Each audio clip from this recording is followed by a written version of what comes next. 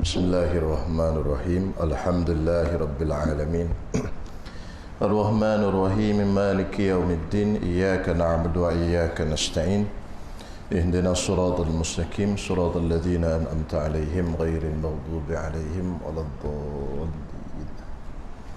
Bismillahirrahmanirrahim. Alhamdulillahirabbil alamin. Wassalatu wassalamu ala asyrafil anbiya'i wal mursalin. Sayyidina Muhammadin wa ala alihi wa ashabihi ajma'in.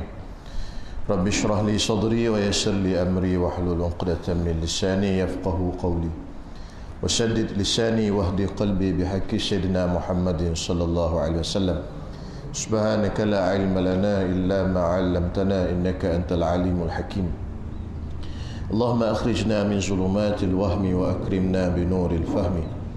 وافتح علينا بمعرفة العلم وسهل أخلاقنا بالحلم وجعلنا ممن يستمعون القول فيتبعون أحسنه اللهم اجعل أقوالنا وأفعالنا كلها خالصة لوجهك الكريم والحمد لله رب العالمين. Muka surat 153 Sairus Salikin jilid 1 juzuk 1 muka surat 153 kat tengah-tengah tu.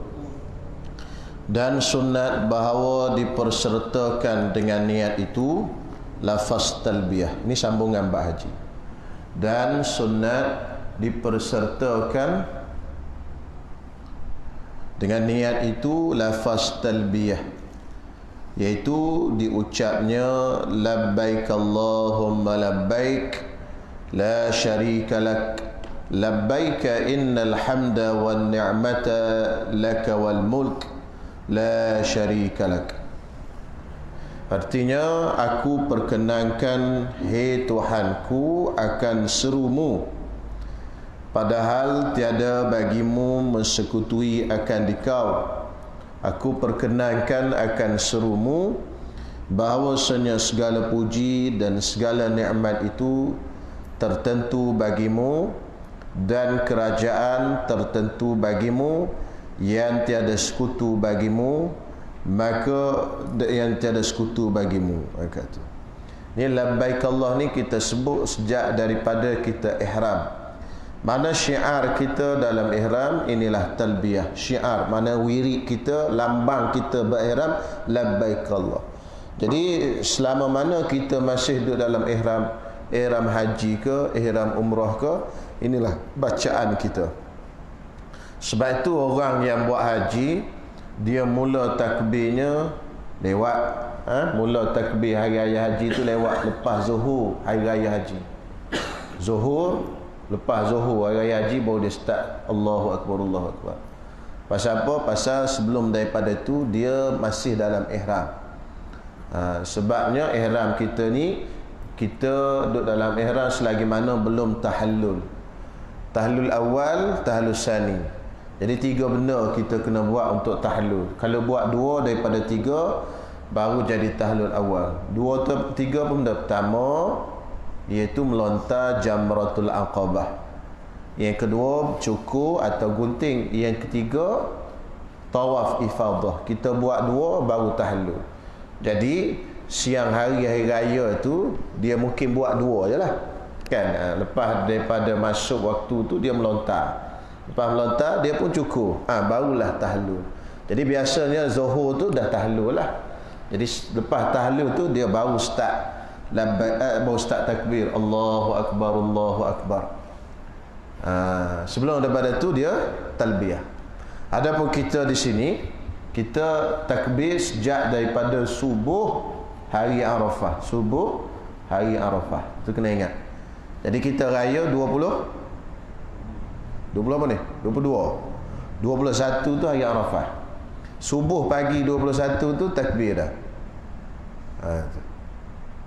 Lepas subuh, lepas zuhur, lepas asar, maghrib tu dia panggil takbir mursal. Mursal tu makna takbir sepanjang malam. Kita duduk nak melepak malam tu, malam raya tu, duduk kedai barakat tu, sebelum minum teh tu kita takbir tu Allahu Akbar, baru sembah. Jumpa kat mana pun, berjemu kat mana pun, malam raya tu syiar dia takbir. Tapi kita tak buat tu. Tu dah. Jadi tahun ni kita start takbir 21 tu. Raya 22. Raya hari apa tahun ni? Hari Rabu. Rabu. Rabu. Jadi Selasa pagi subuh tu takbir lah. Allah. Jangan jadi macam tahun lepas bising takbir. Bising dalam guru WhatsApp. Apa takbir ni tak raya kata dia. Itu beza Jadi orang haji dia labbaik Allah sampai hari raya tu, hari ke-10 tu sampai zuhur. Masuk lepas zuhur tu baru dia start takbir. Kita start awal lagi.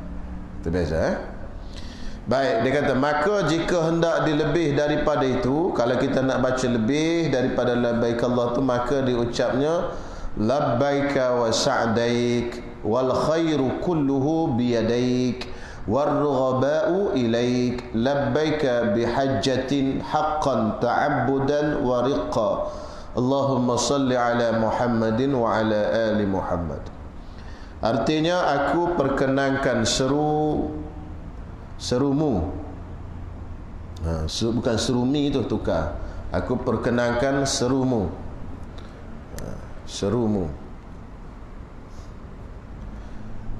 Dengan mengerjakan kebajikan itu sekaliannya jadi kudratmu, dan aku raghib. Raghib itu gemar kepadamu. Aku perkenankan serumu dan kemenanganmu dan haji yang sebenarnya, kerana ibadat dan kerana kehambaanku. Hei Tuhanku, beri olehmu rahmat atas Nabi Muhammad dan atas keluarga Nabi Muhammad. Ini kalau kita nak baca lebih lah, tambahan pada labbaik Allah. Kemudian dan adab yang keempat, apabila selesai daripada ihramnya, bila kita selesai ihram haji, bila selesai daripada kita niat ihram tu, maka sunat ia membaca doa ini, iaitu lepas kita niat haji tu, kita pun doa ni sebelum kita talbiyah tadi. Ini baca doa ni. Allahumma inni uridul hajja fayassirhu li wa a'inni ala adai fardihi wa taqabbalhu minni. Allahumma inni nawaitul hajja faj'alni minal ladzina istajabu lak wa amanu biwa'dika wattaba'u amraka waj'alni min wafdika alladzina radita anhum wartadaita wa qabilta minhum. Allahumma yassirhu li ada'a ma nawaitu minal hajji.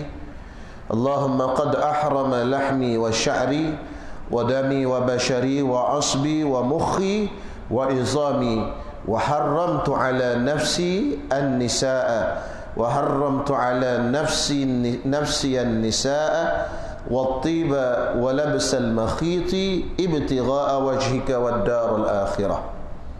Itu artinya, hai Tuhanku, aku berkehendak mengerjakan haji, maka mudahkan olehmu akan dia bagiku, dan tolong olehmu akan daku atas menunaikan fardunya itu, dan terima olehmu akan haji itu daripadaku. Hei Tuhanku, bahawa aku menyahaja mengerjakan fardumu di dalam haji, maka jadikan olehmu akan daku daripada mereka yang memperkenankan bagi serumu, dan percaya mereka itu dengan janjimu, mengikut mereka itu akan suruhmu, dan jadikan olehmu akan daku daripada orang yang ziarah kepadamu, yang engkau redha akan mereka itu, dan engkau tuntut redha akan dia, dan engkau terima akan dia.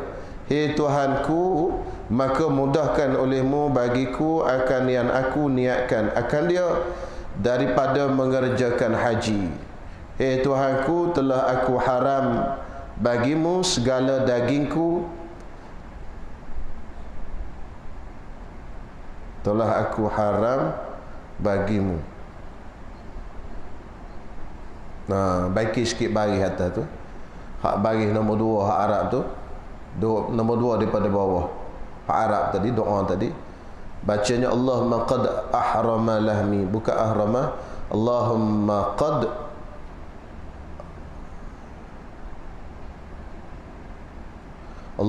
qad uhrima, Allahumma qad uhrimu ahrama yuhrimu uhrimu.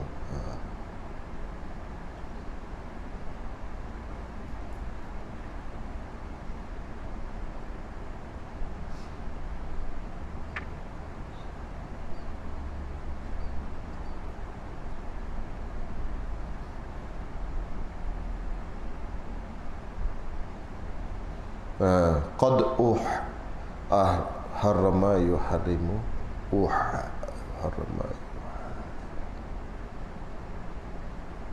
Allahumma qad uharrimu lahmi wa sya'ri wa dami wa bashari wa asbi wa mukhi wa izami wa harramtu ala akil.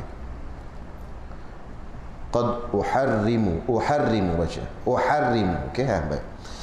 Telah aku haram bagimu segala dagingku dan rambutku dan darahku dan kulitku dan otakku dan tulangku, dan aku haramkan atas diriku akan perempuan dan bahu-bahuan dan memakai pakaian yang meliputi, kerana berkehendak menghampirkan kepada negeri akhirat.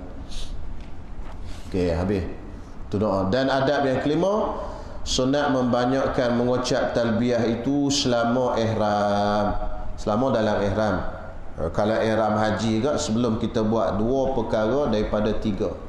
Apa dua tadi sebut tadi?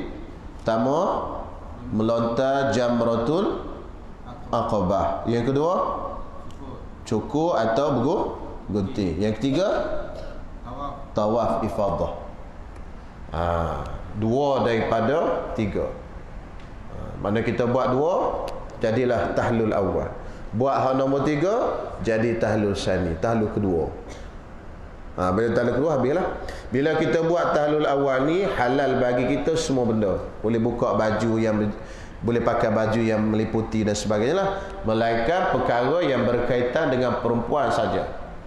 Hak perempuan tak halal. Perempuan mesti kena lepas daripada tahlul sani. Apa perempuan? Bersetubuh, berseronok, muqaddimah bersetubuh, dan juga akad nikah. Tiga benda ini tak boleh lagi selepas tahlul awal. Kena lepas daripada tahlul kedua. Tahlul awal tak boleh. Tu. Jangan lepas tahlul awal pergi cari bilik barakah dah. Tak boleh lagi. Tak boleh. Dia kena lepas tahlul sani. Boleh. Itu dia. Jadi selama mana duduk dalam ihram, sunat talbiyah. Pada segala tempat, padahal menyaringkan ia, sunat nyaring. Baca kuatlah talbiyah tadi. Akan suaranya, menyaringkan ia akan suaranya. Dan adalah Nabi SAW apabila melihat ia Nabi SAW akan sesuatu yang ajib. Ajib tu mana ajaib? Benda-benda yang mengagumkan, benda pelik. Tengok benda pelik. Kita tengok buah buah kurma berbuah manggis ke. Tengok sana buah kurma keluar buah manggis. Tu ajaib. Benda-benda hak ajaib. Maka mengata apa? Labbaika innal aisha aishul akhirah. Artinya, hai Tuhanku, aku perkenankan serumu bahawasanya sebenarnya hidup di dalam akhirat. Hidup yang sebenarnya, innal aisha, sungguhnya kehidupan yang sebenarnya, aishul akhirah, kehidupan akhirat. Hidup dunia ni hidup lakonan semata-mata, bukan hidup sebenar. Itu bacanya. Habis al-jumlatus salisah fi adabi dukhuli makkata ila tawafi. Mula jumlah yang ketiga pada menyatakan adab masuk ke dalam Mekah hingga tawaf. Wallahu a'lam. Nak cerita bab adab masuk Mekah pula. Okey.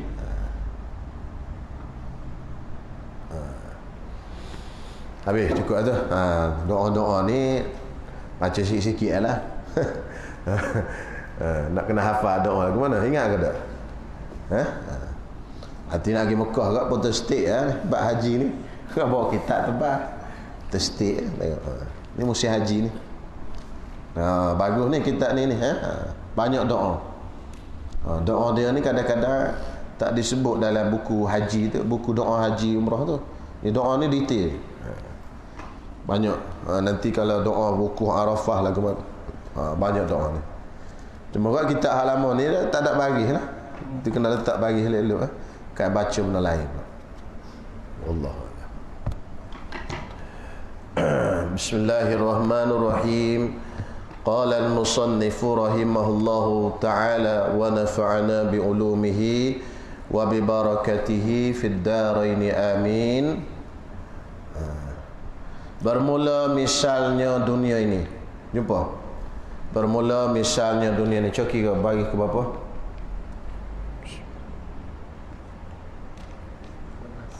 13. Betul.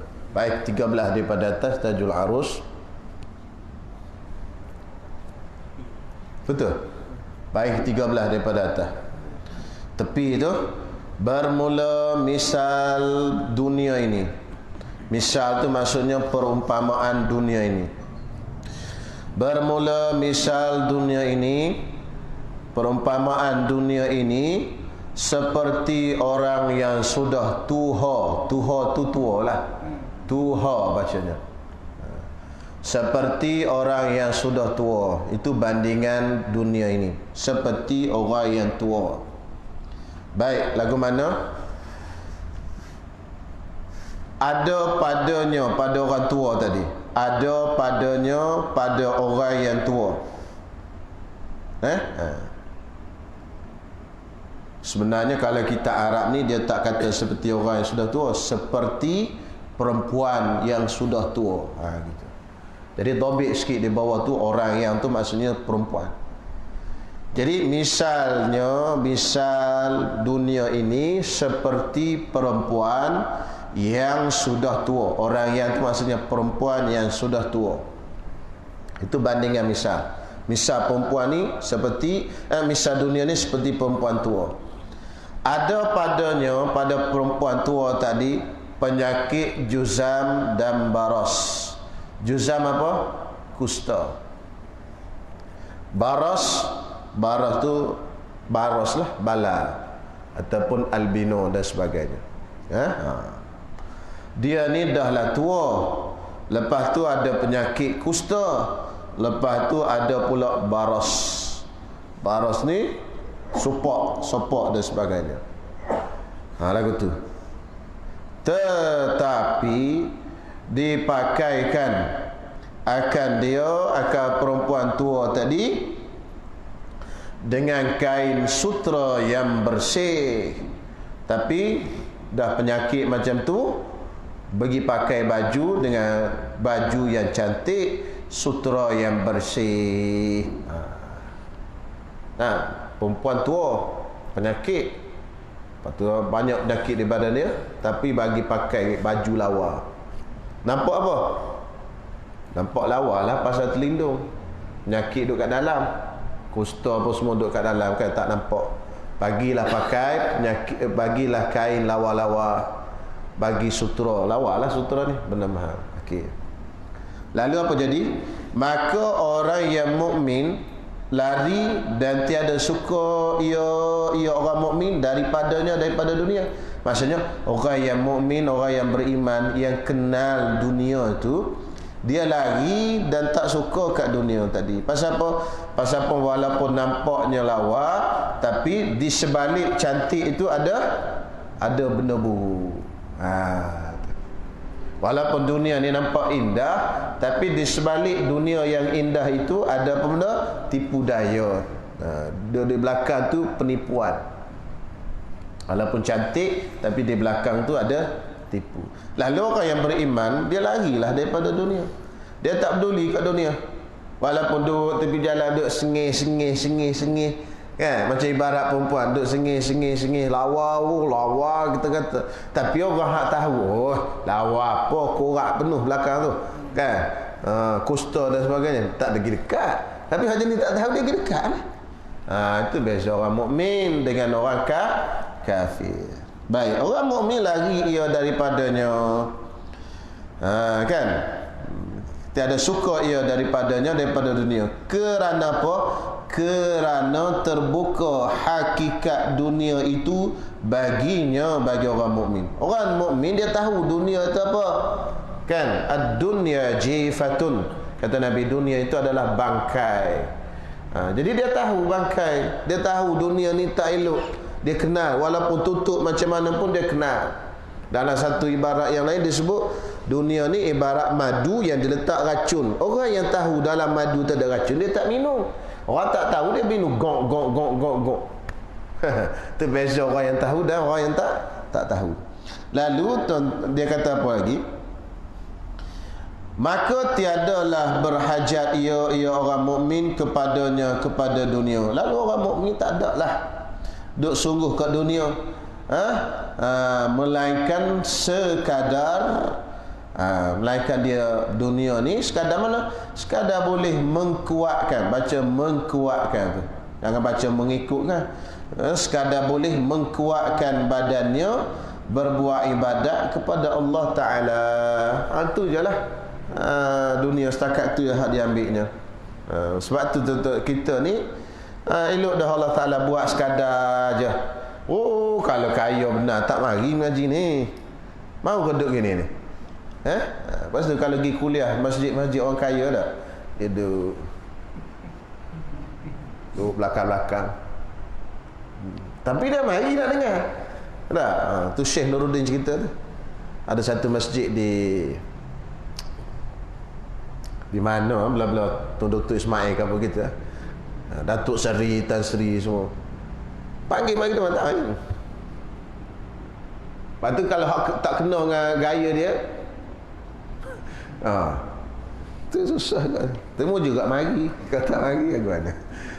Tak banyak tak mari. Allah Ta'ala buat kita sederhana ni elok, alhamdulillah. Itu senang. Jadi sebab itu dalam kitab Matan Hikam dia kata apa? Ijtihaduka fima apa benda tak mari dah.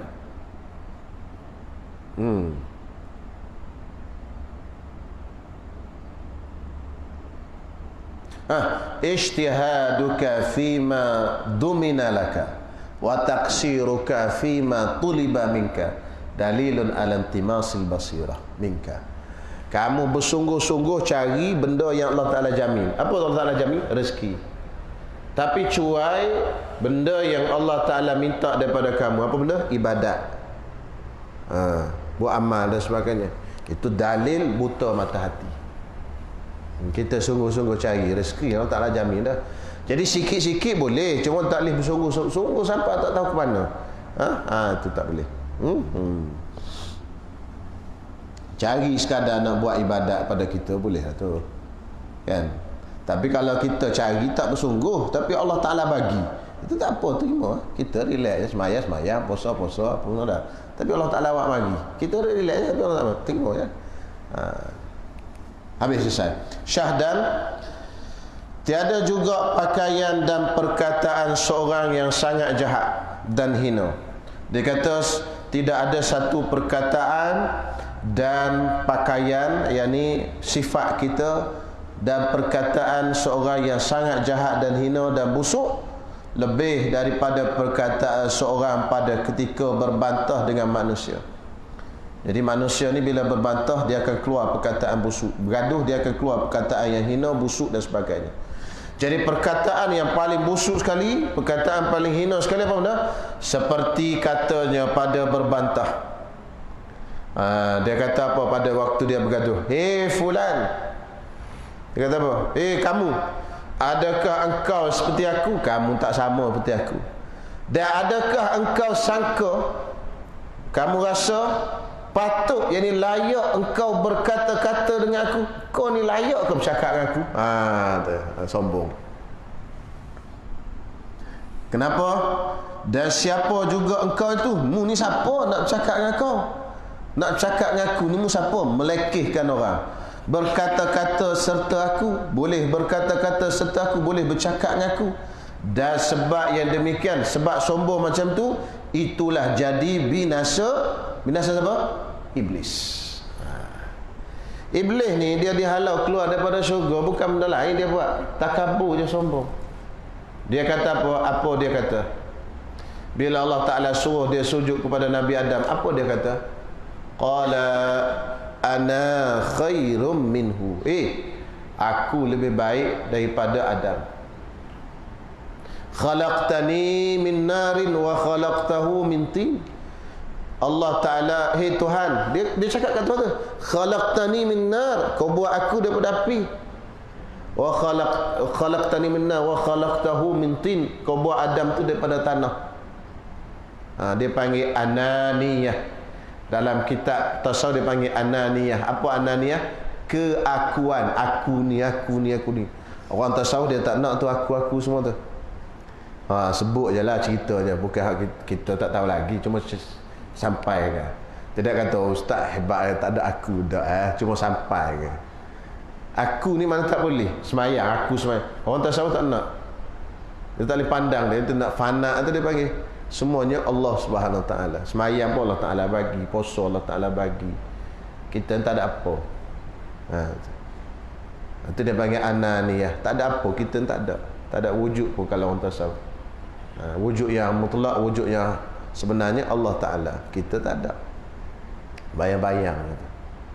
Lalu Iblis dia kata ana. Jadi perkataan ana itu, aku, ana, aku lebih baik. Maka orang tasawuf tak nak aku, ana itu tak nak. Maka dia kata ana itu ananiyah. Daripada perkataan ana itu ananiyah. Tahu ananiyah. Mengaji tasawuf jumpalah ananiyah. Tak boleh.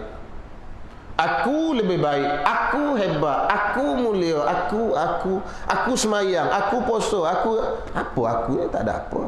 Itu semua anugerah Allah Ta'ala berlaku. Aku hebat tu pun Allah Ta'ala yang bagi. Tak boleh kata aku hebat.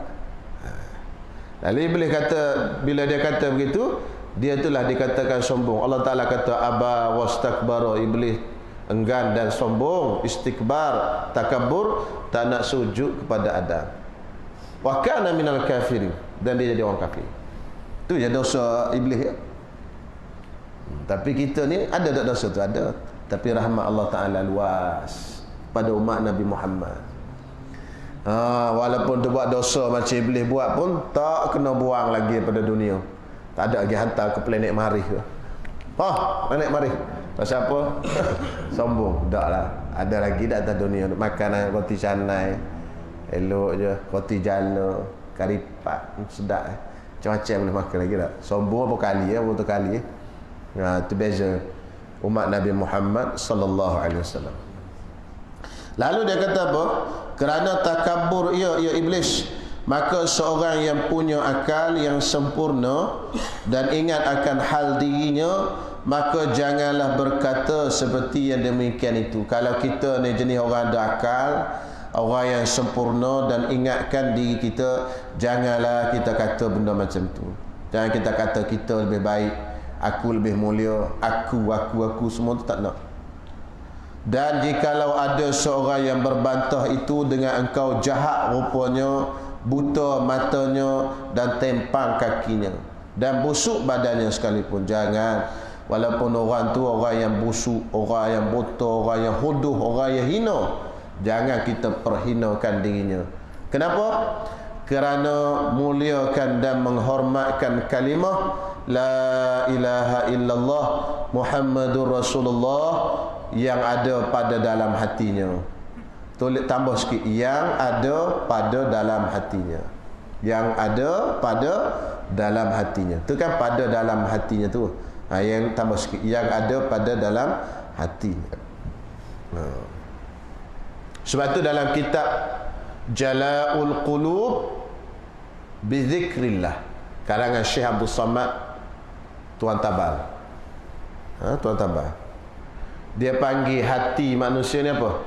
Siapa pernah ngaji kitab tu? Baitullah. Baitullah.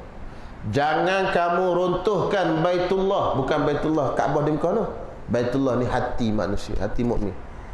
Rumah Allah, Baitullah. Maksudnya dalam hati itu ada kalimah la ilaha illallah Muhammadur Rasulullah.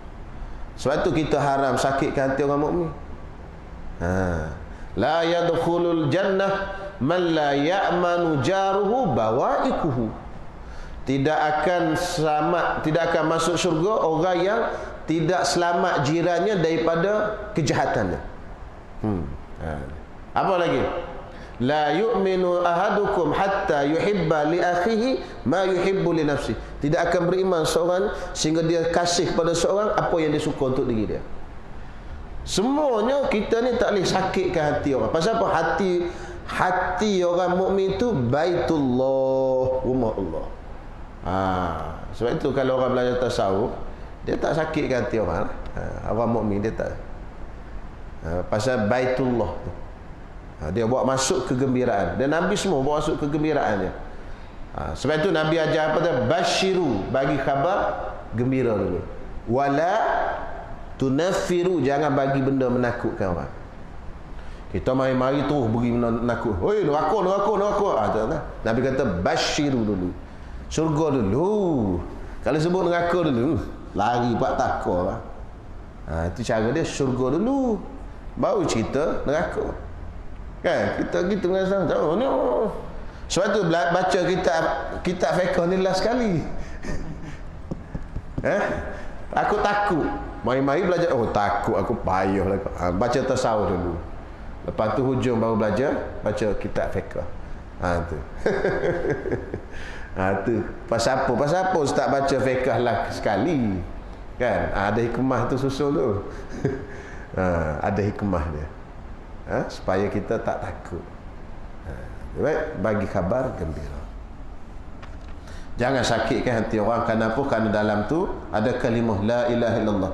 Jadi hati orang tu, orang mukmin tu dipanggil dalam kitab tasawuf sebagai baitullah. Baik. Dan terkadang orang yang jahat rupa itu mulialah ia daripada orang yang baik rupa. Kadang-kadang orang yang muka buruk lebih mulia di sisi Allah daripada orang yang muka elok. Kerana Allah Subhanahu Wa Taala tiada melihat ia kepada rupa hambanya, hanya saja melihat ia akan hati hambanya. Dia tak tengok muka kita comel ke tak comel, dia tengok hati kita. Dan hendaklah engkau baik sangka dan zon dengan seorang daripada hamba Allah Ta'ala, dan jikalau jahat rupa sekalipun. Habis kata kita kena baik sangka, walaupun muka dia buruk, walaupun perangai dia tak elok, kita kena baik sangka. Apa benda kata Dr. Muhammad Sa'id Ramadan Al-Buti, dia kata apa? Kullama ra'aita fal khadiru i'takid. Boleh apa tu? Kullama ra'aita fal khadiru i'takid. Tiap-tiap orang kamu lihat, maka percayalah, iktikad pada dia adalah Nabi apa? Nabi Khidir. Boleh. Kullama ra'aita fal khadiru i'takid. Tiap-tiap orang yang kamu tengok, kamu kena iktikad dia tu Nabi Khidir. Susah. Ada susah. Macam mana tengok, ni apa ni? Tu payah. Kata dia lagi, kalau dia buat salah dalam hukum, bagi tahulah secara betul.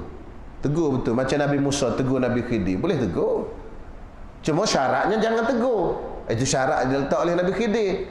Tapi tegur tak ada masalah. Ni salah sembahyang ni. Tapi jangan kita anggap dia terhina di sisi Allah. Kalau dia buat benda tak salah, fal khadiru i'takid. Jadi dengan kita i'tikad dia Nabi Khidir tu tak ada salah apa. Kalau betul dia Nabi Khidir, alhamdulillah. Baik. Kalau dia tak betul Nabi Khidir, kita dapat pahala baik sangka dengan dia. Kalau dia salah hukum, kita cerita.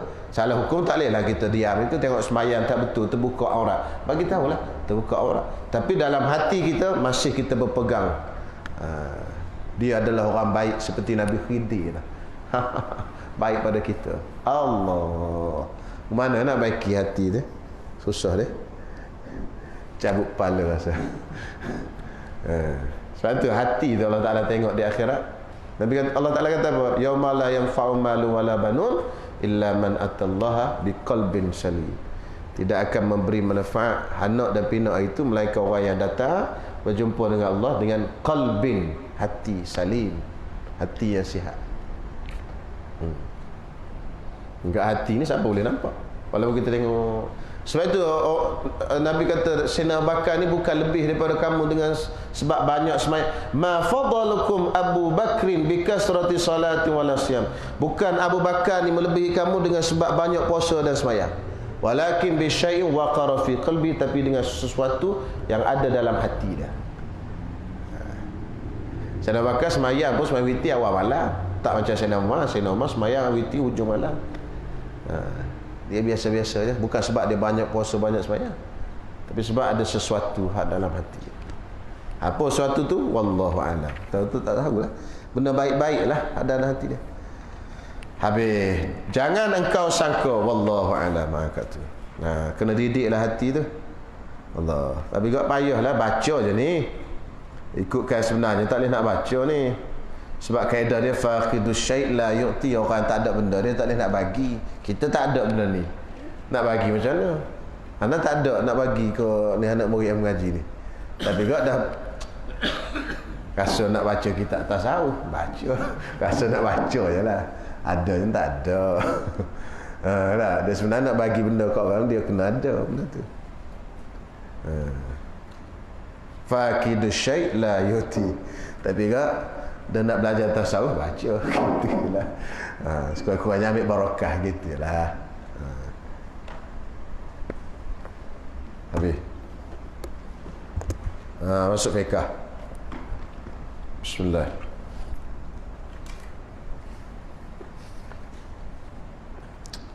Ini muka surat 137.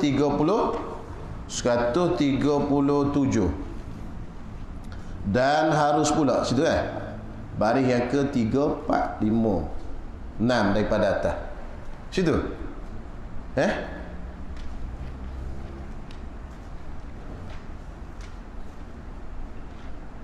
Baca situ lah.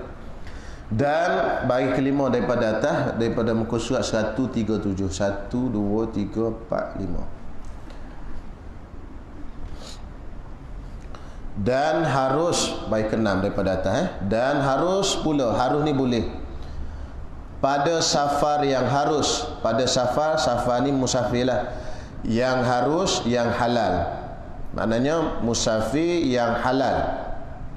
Kita buat musafir tu musafir harus, seperti nak balik kampung ziarah mak ayah, seperti nak pergi berniaga, seperti nak menuntut ilmu. Ada safar yang maksiat lawan safar harus, safar maksiat, safar haram. Safar yang haram seperti kita musafir dengan niat nak pergi merompak, nak pergi menyamun, nak pergi merampas, musafir nak pergi berzina dan sebagainya. Lalu musafir ni tak boleh dijamak qasar. Syarat nak jamak qasar mesti pada musafir yang harus, maknanya musafir yang halal. Musafir yang halal padanya harus apa? Qasar. Harus apa benda? Qasar. Ia yang harus padanya pada qasar, maksudnya samalah musafir yang harus qasar dulu pun sama di sini. Harus apa pula? Ia jamak. Okey? Baca semula. Dan harus pula pada safar yang harus padanya qasar, yang boleh qasar. Maknanya apa musafir yang boleh qasar? Dah tengok dah pada kita belajar dah sebelum ni, kena tengok tempat dia. Harus dia nak buat apa? Ia jamak zuhur dengan asar, yakni disembahyangkan dua fardu itu pada satu waktu. Zuhur dengan asar kita sembahyang dalam satu waktu. Sama ada di qasar keduanya. Sama ada zuhur dengan asar tu kita pendekkan. Qasar mana pendek, jadi dua-dua. Atau salah suatunya, ataupun salah suatunya kita qasar, mana zuhur sahaja kita qasar, asar kita sembahyang 4. Ataupun zuhur sahaja kita, ataupun zuhur kita sembahyang 4, asar sahaja kita qasar, boleh juga. Atau disempurnakan keduanya, ataupun dua-dua tu sembahyang tamam. Sempurna tu tamam, bahasa Arab panggil tamam, maksudnya zuhur 4, asar pun 4, tapi jamak. Boleh juga jadi 8. Jadi jelas boleh sembahyang 2 boleh. Boleh sembahyang 2 4 atau 4 2 pun boleh. Boleh sembahyang 4 pun boleh. Terpulang. Hak mana kita nak buat. Tapi nanti dia sebut di bawah nanti afdalnya ialah kalau kita sembahyang satu-satu, tak jamak. Nanti di bawah disebut. Dan dijamakkan maghrib dengan isyak. Boleh jamak juga maghrib dengan isyak. Keduanya maghrib dengan isyak pada satu waktu. Dan harus, yang ini boleh, jamak akan sebagai jamak takdim. Jamak akan sebagai jamak takdim. Apa makna jamak takdim? Iaitu disembahyangkan keduanya, kedua zuhur dengan asar ataupun maghrib dengan isyak pada waktu yang pertama. Makna zuhur dengan asar sembahyang dalam waktu pertama. Waktu pertama waktu apa? Zuhur. Ataupun maghrib dengan isyak sembahyang waktu pertama. Waktu pertama apa? Maghrib. Itu panggil jamak takdim. Dan akan sebagai jamak takhir. Jamak takhir pun boleh. Zuhur dengan asar, maghrib dengan isyak kita jamak takhir. Apa jamak takhir?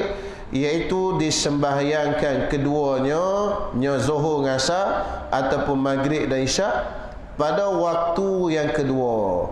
Waktu sembahyang yang kedua. Iaitu kalau zuhur dengan asar sembahyang dalam waktu apa? Asar. Kalau maghrib dengan isyak sembahyang dalam waktu isyak. Itu jamak takhir. Tak apa, tahu dah pun ulang balik. Biar ingat. Mungkin ada tak tahu. Kita belajar semula kan. Baik. Dan jamak takhir dengan jamak takdim. Hak mana afdal? Dan yang afdal bagi orang yang sedang berjalan. Mana dalam perjalanan? Yang afdal bagi orang yang sedang berjalan, mana dalam perjalanan. Dia berjalan. Afdal bagi dia apa? Dijamakkan jamak takhir.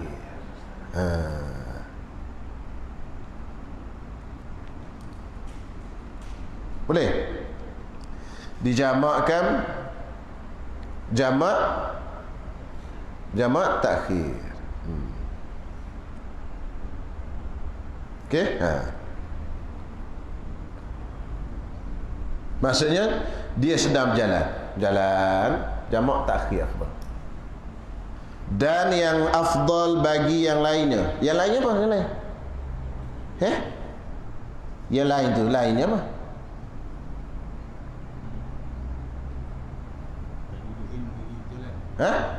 Lain daripada berjalan. Apa lain daripada berjalan? Dah. Berjalan lawan berjalan apa? Lawan berjalan apa? Berhenti ya. Itu dia. Maksudnya begini. Kita katalah nak pergi ke mana jauh sikit jalan darat ni. Mekah, jauh sangat.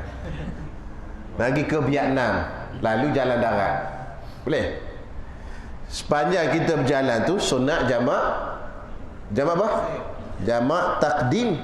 Yang afdal bagi yang berjalan, dijamakkan jamak takhir, jamak takhir. Boleh?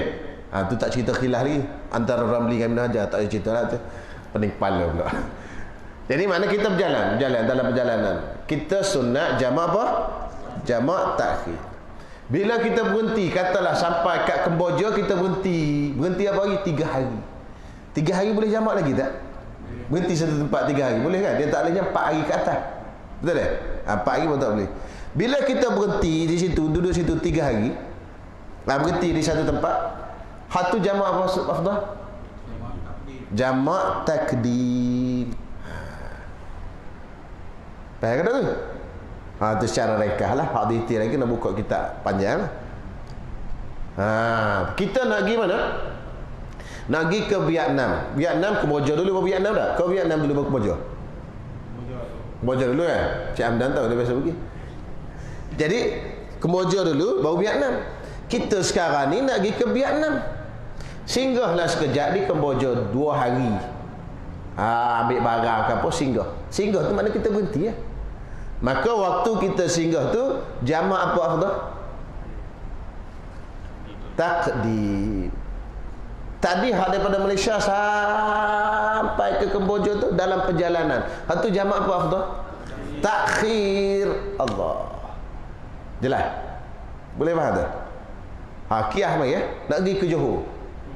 Nak pergi ke Johor, hak pendek sikit. Johor boleh jamak tak? Jamak kan? Johor Bahru. Kita pun sampai ke Melaka, berhenti 2 hari di Melaka. Makan asam pedas rumah Ustaz Muah. Kan? 2 hari. Boleh jamak tak 2 hari tu? Pasal kita berhenti di satu tempat tak lebih daripada 4 hari. Kalau 4 hari tak putus. Bila 4 hari putus lah. Putus apa? Jadi kita boleh jamak. Jadi sekarang ni masa duduk rumah Ustaz Muaz ni, jamak apa afdal? Takdim. Sambung berjalan pula besok nak pergi ke Johor Bahru. Itu dalam perjalanan tu jamak apa afdal? Takhir. Jelas? Tak jelas lagi? Jelas lagi? Okey. Tak apa tu. Tak jelas lagi, tak tahu kan? Mana dah lagi? Tapi itu pun ada khilaf jugalah di kalangan Imam Ramli dan Ibn Hajar. Itu tak apalah cerita. Okey. Adapun asal jamak itu, adapun asal, hukum asal, maksudnya adapun asal, yakni adapun hukum asal jamak itu, maka yang afdal ditinggalkan dia. Maksud jangan buat. Afdalnya jangan buat jamak. Kenapa? Kerana mazhab Hanafi tak boleh buat jamak. Qasar je mazhab Hanafi. Jadi afdalnya ditinggalkan. Boleh? Kita afdal jamak. Jamak saja kita. Afdalnya semayang dalam waktu. Qasar tak apa. Afdalnya semayang dalam waktu. Okey. Jadi sebaik afdal bukan kata tak boleh buat, afdal pahala lebihnya. Baik baca lah. Dan adapun asal jamak itu, maka yang afdalnya ditinggalkan dia jamak. Jangan buat. Melainkan pada beberapa masalah juga, melainkan pada 4 masalah saja afdal jamak. 4 masalah. Mana? 4, catat sikit kat luar tu sebagai ingatan akan datang. Yang pertama, pada ketika buat haji, jamak takdim zuhur dengan asar di Arafah, dan jamak takhir maghrib dengan isyak di Muzdalifah. Itu satu. Ketika buat haji, itu afdal, tak ada khilaf. Jamak takdim di Padang Arafah zuhur dengan asar, dan jamak takhir maghrib dengan isyak di Muzdalifah. Satu. Yang kedua, bagi orang yang syak dalil jamak, dia ragu-ragu, boleh jamak ke tak boleh jamak, masa tu afdal dia jamak. Pasal apa? Untuk membuangkan syak dia tu. Jamak boleh ke tak ni sebenarnya? Aku ragu-ragu ni, boleh ke tak hukum sebenar jamak ni? Hukum sebenar, bukan boleh jamak tak boleh jamak perjalanan. Hukum sebenar tu boleh ke tak boleh, ada dalil ke tak? Bila dia ragu-ragu, untuk buang ragu-ragu tu dia kena buat, afdal dia buat. 2. Nombor 3, dan bagi orang yang benci jamak, afdal dia jamak. Rasa benci, benci aku jamak, ada kena jamak untuk buangkan benci kepada hukum Allah. Ada juga jenis ni benci aku jamak, tak suka dia kena jamak. Hak kita hak suka dah, suka dah tak, afdal tak jamak.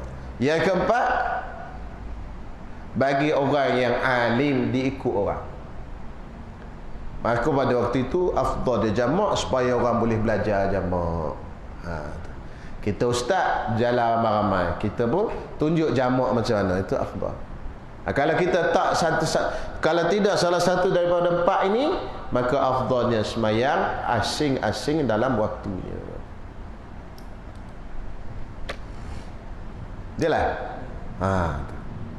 Jadi buat tamam dia asing-asing. Asing-asing qasar. Qasar tak apa. Qasar ijma', boleh qasar. Pasal ada dalam Quran.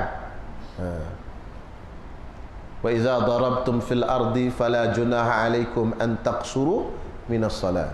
Betul sama ayat Quran tu. Ustaz tak apa mana. Betul dah?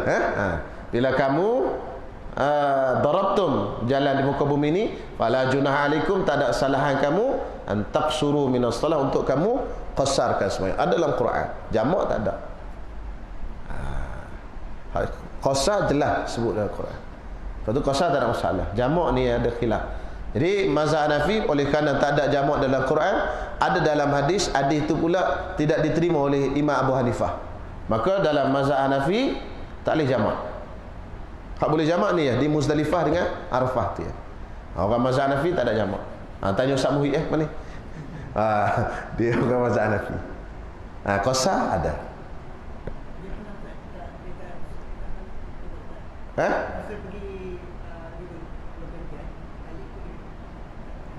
Dia tak jamak.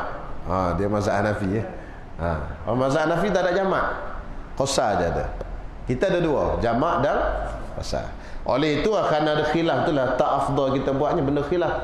Al-khuruju minal khilafi mustahabbun. Itu khilaf. Itu kaedah. Keluar daripada khilaf itu sunnah. Okey, baik, selesai. Sambung. Dan disyaratkan pada jamak takdim 4 syarat. Ni kena buka otak betul-betul ni, payah sikit ni. Tarik nafas panjang-panjang. Fiqh ni dia payah. Tasawuf ni dia tak payah, cuma kena angan-angan kuat sikit. Ayah gitu. Dia beza fiqh dengan tasawuf. Baik, 4 syarat untuk jamak takdim. Syarat pertama tertib. Apa makna tertib? Iaitu mendahulukan yang pertama. Kena semayang pertama, iaitu zuhur dan maghrib. Itu semayang pertama. Kena semayang zuhur dulu dan juga semayang maghrib dulu. Jangan semayang asar dulu ataupun semayang isyak dulu, tak boleh jamak takdim. Mesti semayang ikut susunan, tertib susunan pada jamak takdim. Iaitu mendahulukan yang pertama kerana ia ampunnya waktunya, kerana dia tuan waktu. Kita semayang dalam waktu zuhur tu tuan dia. Kita semayang dalam waktu zuhur. Habis selesai. Semayang maghrib dulu. Kita semayang dalam waktu maghrib, semayang maghrib dulu. Dan yang keduanya iaitu dan semayang yang kedua. Apa semayang yang kedua? Asar dan isyak. Dobik di situ. Asar dengan isyak. Kan yang kedua mana pula nak baca kitab esok tak jumpa cari. Dan yang keduanya maksudnya dan sembahyang yang keduanya iaitu asar dan isyak mengikut bagi sembahyang yang pertama. Nyonya itu nyonya yang pertama. Maksudnya sembahyang tu tuan waktunya sembahyang pertama. Jadi sembahyang yang kedua tu ikut, bawa masuk ke dalam, ikut. Itu maksudnya. Jadi kena dahulu tuan rumah dululah. Pengikut tak boleh lah. Faham tak? Kita masuk rumah orang lah. Tuan rumah dululah apa-apa. Tak? Ni kita ikut lebih pada tuan rumah.